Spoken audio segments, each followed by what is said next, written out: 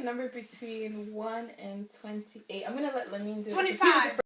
Would you choose and why? Abraham. Why? Because he's a man of faith. He has a lot of faith. So.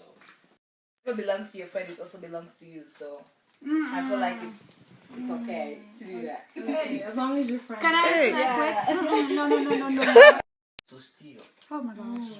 Never ever. Even if they say you're about to die. As a child of God, in fact, it's a good thing that you die. But it is better for you people that I stay here. Earth or heaven, nothing should ever make you break the law of God. Amen. But if I was to Like watch this show, what do you call it? Pictures of Atlanta. Like No, don't watch that show. Wait, look, Sorry. wait. This person is still, talking the same way, thinking the same way, doing the same thing, But someone who has, true salvation. So we don't want to wait till marriage, to enjoy sexual intimacy. We'd rather please men than please God, the Bible and stuff like that.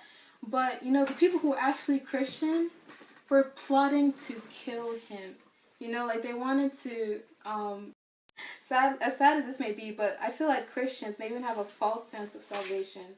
So I want to ask you guys, alright, even